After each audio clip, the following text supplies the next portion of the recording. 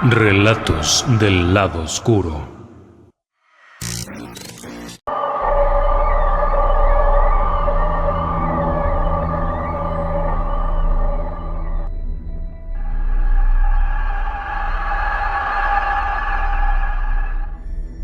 A la especie humana siempre le ha preocupado cuándo será el fin del mundo. Es un tema que es recurrente en la historia, prácticamente en todos los momentos críticos, en los cambios de milenio, en eventos especiales, el paso del cometa, etc. La especie humana ha pensado si ahora es el fin del mundo. Y a lo largo de la historia ha habido varios incidentes en los cuales la especie humana ha estado parcialmente en peligro. Pero siendo realistas, ninguno de esos incidentes, epidemias o catástrofes realmente puso en peligro de extinción a la especie humana, salvo el incidente del que le voy a hablar esta noche. Sí, pero antes una poca de historia.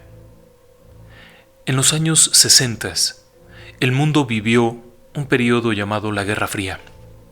Existían dos grandes potencias, la Unión Soviética y sus aliados, y el capitalismo norteamericano, por supuesto con sus aliados. El gobierno comunista de la Unión Soviética, encabezado desde Moscú, controlaba buena parte del mundo. China estaba aliada hacia los comunistas. Prácticamente toda la zona media de Europa pertenecía al eje comunista. La mitad de Alemania era comunista y la otra mitad era capitalista, y estaba dividida por un alto muro de concreto, cuya función era evitar que los que vivían del lado comunista escaparan hacia el lado capitalista. Polonia era comunista, Checoslovaquia, las repúblicas Bulgaria, Hungría, Rumanía, toda la parte del Mar Negro, y amenazaba con extenderse. El gobierno comunista de la Unión Soviética había sembrado semillas importantes en el sudeste asiático, Vietnam, Laos, Camboya. Amenazaba con atacar también ideológicamente hacia Filipinas, Singapur, Indonesia, todo el sudeste asiático y, por supuesto, también había sembrado semillas importantes en Centroamérica, Sudamérica y, claro, Cuba. Así que los Estados Unidos no estaban en muy buena posición. Por otro lado, ambas superpotencias habían desarrollado potencial atómico impresionante. Estados Unidos tenía unas 10.000 cabezas nucleares. La Unión Soviética se calcula que tendría unas 13.000 cabezas nucleares. Suficiente para destruir toda la población del mundo, todos los edificios del mundo, todos los animales del mundo, todas las plantas del mundo, 20 veces. ¿Increíble? No quiero espantarlo, pero hoy en día, después de varios tratados de desarmamento nuclear, hemos de tener unas 4.000 cabezas nucleares por cada lado. O sea que solamente queda como para destruir el mundo unas 3 o 4 veces. El hecho es que en los años 60 el número de misiles se había dado de una forma brutal. No solamente se trataba de misiles emplazados en submarinos a gran profundidad, sino que en todas partes había lo que se conocía como LCFs, Launching Facilities, es decir, lugares en los que había misiles nucleares listos siempre para ser disparados. Se conoció también este periodo como el equilibrio del terror. Era muy simple.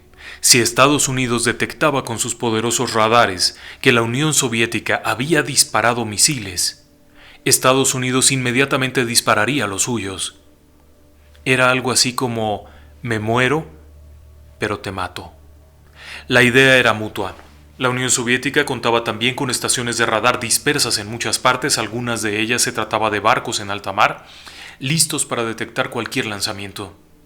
Estados Unidos había construido una serie de estaciones muy sofisticadas. Se trataba de bases aéreas que albergaban los misiles. Los misiles no era una cosa tan fácil como usted se imagina. No se trataba de un cohete ahí encima de la tierra. Se trataba de silos de concreto profundos, clavados en la tierra a más de 60 metros. Los cohetes eran muy grandes. de tal forma que parecían ser un cohete a la luna. Estaban alojados ahí, bajo una serie de puertas de alta seguridad, gruesísimas de acero que podían soportar una explosión nuclear. La gente que operaría los misiles se encontraba a 60 pies de profundidad, unos 20 y tantos metros, bajo la tierra, alojados en una cápsula de acero, plomo y concreto. Esta cápsula estaba diseñada para soportar la peor de las explosiones nucleares y que los que estaban dentro sobrevivieran. No era un refugio, era más bien una condena a muerte, porque una vez disparados los misiles, no había vuelta atrás. Aquellas personas que estaban en la cápsula controlando los motores y controlando las estaciones de lanzamiento estaban condenadas a muerte.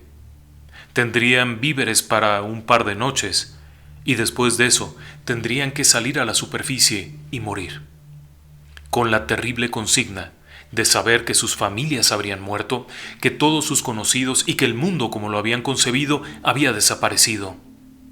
Estas estaciones de lanzamiento de misiles estaban dispersas en todo Estados Unidos, en Hawái, en Alaska, en Inglaterra y en otras partes del mundo cuyas ubicaciones eran secretas. Sin embargo, en Estados Unidos era el lugar en donde el mayor número de estas estaciones se encontraban. A su vez, cada estación de lanzamiento tendría unos 20 misiles denominados Minuteman. Era el modelo que se usaba en los 60s. Todos ellos siempre listos para ser lanzados, incluso desde una estación central. Esta era la parte interesante. La gente que se encontraba en la estación de lanzamiento tenía control sobre lo que ocurría ahí, pero los misiles podían ser disparados a gran distancia, desde una estación central a cientos de kilómetros de la estación de lanzamiento. La gente que estaba ahí podía dudar si oprimía o no el botón, pero alguien más allá podía hacerlo por ellos. Así que realmente su función era estar ahí sentados viendo las lucecitas de cada uno de los misiles, y si algo fallaba, avisar de inmediato a una estación de mantenimiento que enviaría un grupo. Por su parte también había una estación de seguridad. Estas instalaciones, como se les conoce en inglés, facilities, eran de alta seguridad, nadie podía entrar. 3 perímetros diferentes de seguridad rodeaban cada una de estas instalaciones de lanzamiento. Guardias armados 24 horas, perros de ataque y, por si acaso, se ubicaban cerca siempre de una estación donde hubiera aviones de combate. Para la época, los aviones F-106 estaban listos, los F-5 estaban listos. La función era, ante la menor amenaza, salir disparados para atacar a quien se acercara y pusiera en riesgo los misiles. Pero como le digo, este era un juego muy macabro. Era el juego de me vas a matar cuando caigan tus misiles, pero para cuando caigan tus misiles, los míos ya van a estar muy arriba en el aire y a punto de caer en tu territorio. Sin duda alguna, el equilibrio del terror funcionaba bien.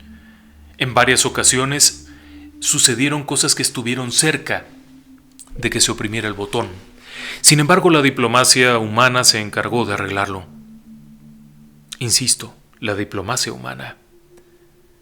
Pero el incidente del que le voy a hablar esta noche no tiene nada que ver con seres humanos y estuvo muy cerca de acabar con la especie. Realmente no se trata de un solo incidente. Se trata de varios incidentes sucesivos y me ubico en agosto de 1967. La noche del 24 de agosto de 1967 y nos encontramos en la base aérea Minot, en Dakota del Norte, en los Estados Unidos. Muy particularmente en el sitio de lanzamiento denominado Mike F. Esta era una instalación que tenía 20 misiles intercontinentales tipo Minuteman, poderosos misiles armados con cabezas nucleares que en cuestión de minutos podrían despegar, alcanzar la atmósfera muy arriba, de donde podrían ser alcanzados por aviones o misiles aire-aire o cualquier otra arma de defensa. Durante todo el tiempo, estas estaciones son vigiladas a conciencia.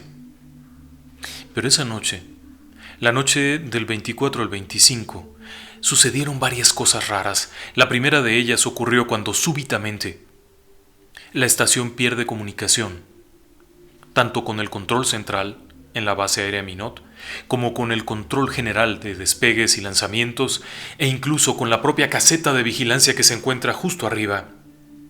La gente de seguridad de la estación de lanzamiento perdió comunicación con todo el mundo. En un momento dado, en algún momento de la madrugada, todas las comunicaciones cayeron. La estación estaba incomunicada, salvo por un teléfono alámbrico que comunicaba a la gente que estaba a 60 pies bajo tierra con la vigilancia en la superficie. Todas las demás comunicaciones estaban perdidas. Repentinamente, mientras los dos operarios que se encontraban bajo tierra intentan restablecer la comunicación vía radio con el control general y con la gente de seguridad a nivel base, suena el teléfono. Al contestar, es el sargento de vigilancia. Es el hombre que está en la superficie y dirige al equipo de seguridad, y está reportando a los oficiales que se encuentran bajo tierra que algo muy raro está ocurriendo. Llevan varios minutos observando un objeto luminoso que está sobrevolando los silos de misiles. La situación es tensa, no saben si se trata de un helicóptero, no saben si es... El oficial que está bajo tierra vuelve a insistir: ¿qué es lo que estás viendo? Se trata de una luz muy grande, esto no es un avión. Señor, esto no es un avión, no es un helicóptero, no hace ningún ruido, emite una luz extraña, está sobrevolando los silos, no tengo comunicación, no puedo radiar, estoy totalmente incomunicado, salvo con usted. Espere, intentaré comunicarme vía teléfono con la estación de control, pero la comunicación es inservible. Durante varios minutos, los oficiales que están custodiando la base están en alerta, listos para disparar, mientras aquel objeto pasa lentamente sobre cada uno de los silos de misiles, como inspeccionando. No pierda de vista que la tapa de cada silo de los misiles debe de tener unos 60 centímetros, de un compuesto de acero, plomo, titanio y concreto. Nada que le pueda pegar desde arriba puede interferir. Todos los sistemas de cableado, control, lanzamiento, están sumergidos en la tierra y protegidos por gruesas capas que evitan la inducción eléctrica, incluyendo diversos forros similares a una jaula de Faraday, listos para disipar cualquier energía extraña que se acerque al cable. No obstante esto, las comunicaciones están perdidas totalmente. Pero eso no es todo.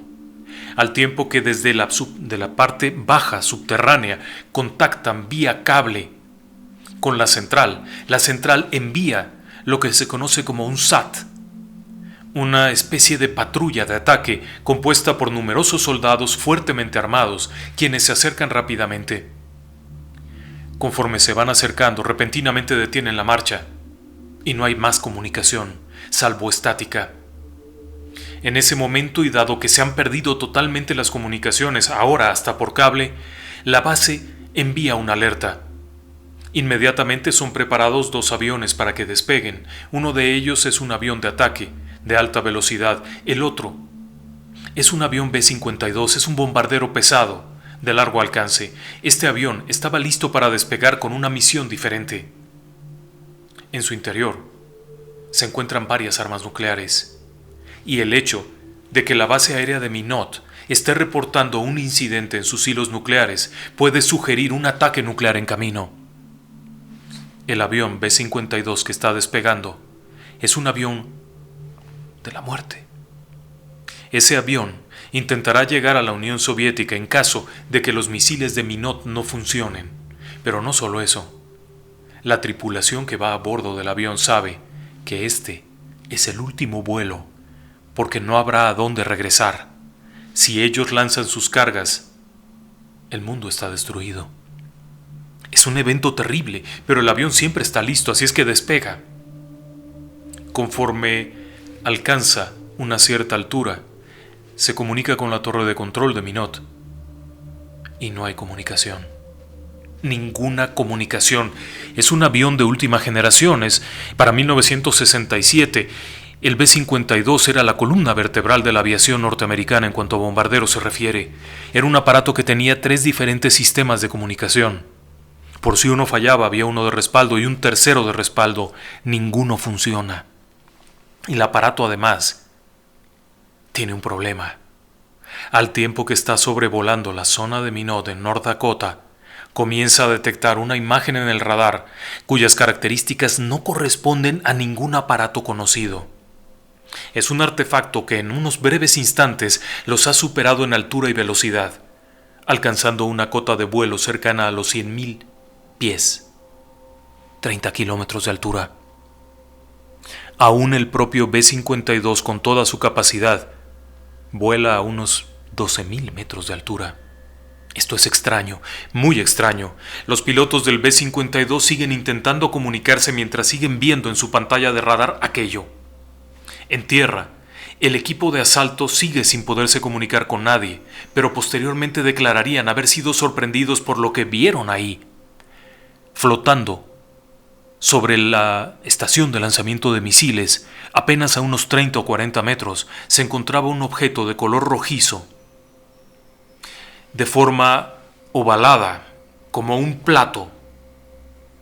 Recuerde esta forma, como un plato invertido, que emitía luces, no emitía sonidos y estaba girando. El artefacto era grande, por lo menos unos 30 metros de diámetro.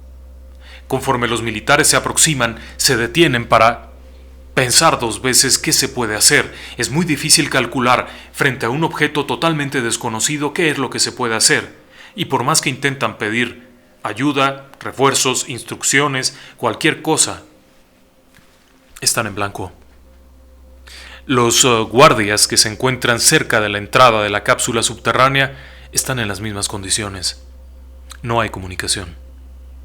Cuando transcurren unos 15 o 20 minutos de estar observando este objeto ahí, encima de los silos nucleares, repentinamente las comunicaciones regresan. Los teléfonos regresan. El B-52 que se encuentra en el aire vuelve a tener comunicación con tierra. Y en 30 segundos, aquel artefacto que ha estado sobrevolando ahí desaparece. El incidente de la base aérea Minot no puso en riesgo como tal a la especie humana. No hubo más. Los misiles permanecían tranquilos. No hubo problema. Sin embargo, hubo un registro posterior que fue por demás interesante. Conforme pasaban los días, los diferentes miembros del ejército y de la Fuerza Aérea que se vieron involucrados en esto tuvieron que rendir su declaración y formular un informe. El informe oficial sería liberado muchos años después y revela varias cosas. Primero, que el proyecto Libro Azul supo de este incidente todo el tiempo, pero que se encargaron de modificarlo, dividirlo y seccionarlo para que no tuviera ninguna coherencia. Pero el reporte incluía, primero, las declaraciones de los testigos de tierra, todos ellos personal de aviación, altamente entrenado. El hecho de que los hombres de la cápsula subterránea perdieran toda comunicación, al mismo tiempo que se informaba que había un ovni sobrevolando la base. Pero además de esto, estaban los reportes del radar del B-52 en el aire, del C-57 que se encontraba en tránsito, porque en la zona había un C-57, un avión de transporte y carga, que reportó lo mismo. Pero además de esto, los diferentes radares que había en la zona, incluyendo un radar de largo alcance y de gran altitud, reportaron el avistamiento, pero no solamente por 5 minutos o 10. El radar principal reportó el avistamiento durante 2 horas. Sí, aunque usted no lo crea, aquello había estado sobrevolando la zona de North Dakota en los Estados Unidos durante 2 horas. El incidente fue encarpetado. El personal, como es costumbre, fue instruido para no hablar nada y el grueso del personal fue distribuido a otras bases militares. El reporte fue enviado al proyecto Libro Azul, que se encargó de justificarlo como neblina, resplandores de la carretera cercana, la cual por cierto se encontraba a unos 15 kilómetros. Déjeme informarle que Minot, y especialmente el sitio de lanzamiento Mike, están muy lejos de cualquier pueblo, así es que no había ningún reflejo. Olvidaron mencionar que también había habido avistamientos desde los aviones y todo esto se fue seccionando o dividir en compartimentos y evitar que la verdad se conozca. Pero el incidente de Minot no era el único. Si bien el incidente Minot no puso en riesgo a la humanidad directamente, sí revelaba algo: la pérdida de comunicación. Y la pérdida de comunicación incluía la pérdida total de comunicación, es decir, anuló la respuesta de la base de lanzamiento. Si algo hubiera ocurrido, los misiles no se habrían disparado. Así de sencillo. Pero esto no era el único problema. Unos meses después, en marzo de 1967, esta vez en la región de Montana, la base aérea Malmstrom es lo mismo, es una base aérea que tiene diversos sitios de lanzamiento. Se encuentran ahí el sitio Echo, Oscar y Charlie. Son diferentes estaciones, cada una de ellas tiene 10 misiles intercontinentales tipo Minuteman. Cada una de ellas tiene su propia cápsula de control, a 60 pies de profundidad. Todas están unidas a una sede central que también se encuentra muy profundo bajo la tierra. Y cada una tiene sus propias dotaciones, sus propios equipos de seguridad, y hay un perímetro de protección muy importante. Es marzo 16. Nuevamente ocurre lo mismo. Repentinamente los guardias en la superficie están informando a la gente de la cápsula que hay un objeto desconocido. Están observando fuera del perímetro un objeto a baja altura. El objeto no emite un sonido particular, sin embargo, emite unos reflejos raros y provoca una sensación extraña. Uno de los guardias que se ha acercado a ver de qué se trata reporta haber sentido una especie de estática inusual en el ambiente y haber percibido una vibración que lo pone de nervios. El oficial a cargo en ese momento de esa estación en particular era Robert Salas, un joven teniente que había sido instruido para manejar estos controles y que estaba muy consciente de lo que hacía. Sin embargo, el hecho de que alguien reportara lucecitas no era tan grave. Así es que tras informar al guardia que se mantenga atento y sostenga ante todo la seguridad de la base, cuelga. En ese momento su compañero de vigilancia está descansando a un lado en una pequeña cabina. Minutos después, vuelve a sonar el teléfono y nuevamente es el guardia que está reportando una situación de urgencia. El objeto que habían estado viendo se ha trasladado y ahora está nuevamente justo encima de los silos, arriba de los misiles nucleares. Esta es una situación extraña porque ha cruzado el perímetro. Robert inmediatamente corta la comunicación y reporta a la sede central, que se encuentra a unos pocos kilómetros de distancia, igualmente a gran profundidad, y reporta el incidente. Tenemos una fractura de seguridad. Hay un objeto no identificado sobrevolando los silos. Inmediatamente se despachan los equipos de seguridad, se manda un grupo militar para interceptar lo que sea que esté ahí y se da aviso a la estación de despegue de aviones. De inmediato se preparan los aviones tradicionales, el B-52, listo para salir y aventar bombas, y un avión de combate. Mientras todo esto ocurre, Robert corta la comunicación, despierta a su compañero y mientras le está explicando lo que está ocurriendo, repentinamente comienzan a sonar alarmas. Una y otra y otra y otra, las 10 alarmas de los 10 misiles que corresponden a la estación Minuteman de Robert Salas acaban de encender. Todas las alarmas están en rojo, lo que significa que cada uno de los misiles ha sido desconectado. Están fuera de servicio. Simultáneamente todos están apagados. Ninguno de los misiles está funcionando. Esto es muy delicado. Son instalaciones que nadie debe de controlar. Apagar los misiles solo se puede hacer ahí, en el tablero donde está Robert Salas, ni siquiera desde la estación central. En Washington, D.C., el presidente de los Estados Unidos puede disparar los misiles, pero no puede apagarlos. Nadie puede apagarlos, salvo una orden escrita para mantenimiento, un técnico autorizado que tiene los códigos para apagarlo, que tiene las llaves de seguridad para apagarlo, y repentinamente todos están fuera de servicio. Aquello es una situación de alerta. Inmediatamente marcan para reportarlo. Se reporta el incidente y un equipo de mantenimiento es enviado de inmediato. Mientras todo esto ocurre, repentinamente, los misiles comienzan su proceso de ignición. Nadie los ha tocado. Los controles de los aparatos están a 60 pies de profundidad. El cableado que controla la ignición es blindado. Está protegido por gruesas capas de concreto. Fue diseñado para soportar el famoso blast o pulso electromagnético que produce una explosión nuclear. Sí, déjeme que le explique esto.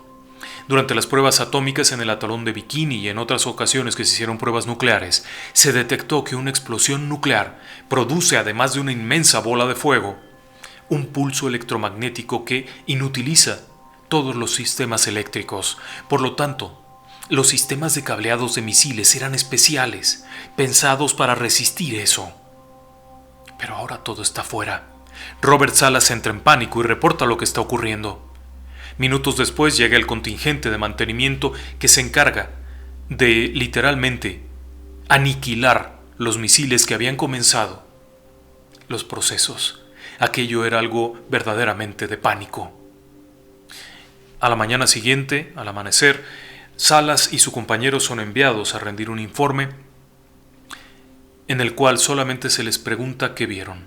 Ellos solamente reportan lo que vieron en sus consolas, y cuando se les pregunta qué informes dieron los de arriba, reportaron lo visto. El informe se alargaría durante semanas y concluiría sin pena ni gloria.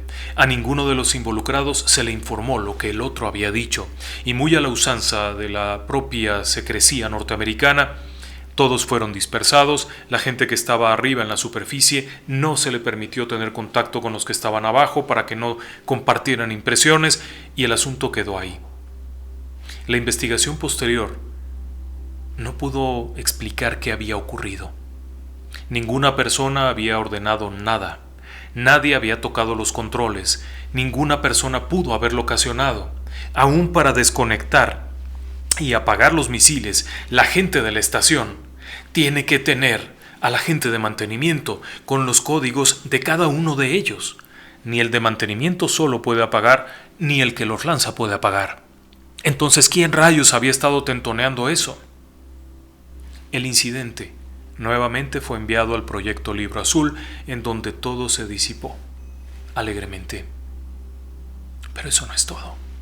El incidente estuvo cerca de ser el que causara el final de la especie humana. Pero no fue el que puso realmente en riesgo la vida de la especie humana y de todo el planeta. El incidente crítico vendría muchos años después. Sí. Muchos años después de muchos otros incidentes, ocurriría el incidente fatal. 1982. Nos encontramos en Belokoroviche, en Ucrania, la Unión Soviética. La situación es completamente normal en uno de los silos de lanzamiento de misiles soviéticos. Perfectamente pertrechados, protegidos y cuidados. Repentinamente la tripulación de lanzamiento, que se encuentra a más de 50 metros bajo tierra en un búnker, observa que todas las luces de los 25 misiles que tienen a su control comienzan a encenderse una por una. Pasan de la situación verde a una de color amarillo, lo que significa estamos preparándonos. Inmediatamente la gente de control se comunica con sus superiores para preguntar qué está ocurriendo. Los superiores no tienen ninguna instrucción, pero se comunican con sus superiores y la llamada llega a Moscú, en donde la única persona autorizada después del premier soviético para iniciar un lanzamiento responde: yo no toqué nada, no he hecho nada, no hay ninguna orden, corten inmediatamente. Se da la orden para que la gente que está en la estación en Ucrania apague los misiles. Algo está fallando, hay una falla, es lógico, algo se descompuso, es lógico con 25 misiles que estaban a punto de dispararse hacia Washington. Pero bueno, la gente allá abajo apaga los misiles y aquellos no se apagan. El proceso de ignición y lanzamiento sigue. La gente que está ahí entra en pánico, porque repentinamente las gruesísimas compuertas de cada uno de los hilos se abren, lo que significa que están a 5 minutos del lanzamiento. Y la gente que está abajo no puede hacer absolutamente nada. No pueden apagarlos, intentan desconectarlos, meten los códigos de abortar, se comunican desde la sede de Moscú, meten el código de abortar a sus computadoras y no pasa nada, los misiles siguen en proceso de lanzamiento. Unos pocos segundos antes de que inicie la ignición de motores, repentinamente, todos y cada uno de los misiles se apaga. Durante todo el proceso, lo que no habían reportado es que el sitio de Belokorovice, el sitio de lanzamiento de misiles de Belokorovice, estaba patrullado por una flotilla de ovnis. Sí. Los guardias en la superficie no habían podido reportarlo con la gente subterránea porque las comunicaciones estaban anuladas. Corrían de un lado a otro. Los guardias, incluso con equipos blindados, tanques, ametralladoras y lo que usted quiera, tratando de ver qué rayos era eso que estaba sobrevolando a bajísima altura, a punto de rozar los techos de las instalaciones, y que pasaba de un silo a otro en un juego macabro que ellos no podían hacer nada. Varios de los guardias reportarían posteriormente haber abierto fuego con sus armas sin ningún efecto. El incidente de Belokorovice es muy poco conocido, pero no es el único. Unos años antes, en 1975, ya había habido una oleada de incidentes sobre sitios nucleares soviéticos. Belokorovice fue la última llamada. Estuvo a punto de iniciar la Tercera Guerra Mundial y el fin de la especie humana y de toda la vida en el planeta. ¿Qué le parece? El apocalipsis ovni estuvo a punto de ocurrir 3 veces. Base aérea Minot, Dakota del Norte en Estados Unidos. Jugaron como quisieron los ovnis. Base aérea Malmstrom, Montana, Estados Unidos. Sitio de lanzamiento Belokorovice, Ucrania, Unión Soviética. Lo que la viruela negra no hizo, lo que la peste bubónica no hizo, lo que el ébola no hizo. Tal parece que los alienígenas podrían hacerlo cuando se les pegara la gana. ¿Usted qué piensa? Buenas noches y que descansen en paz.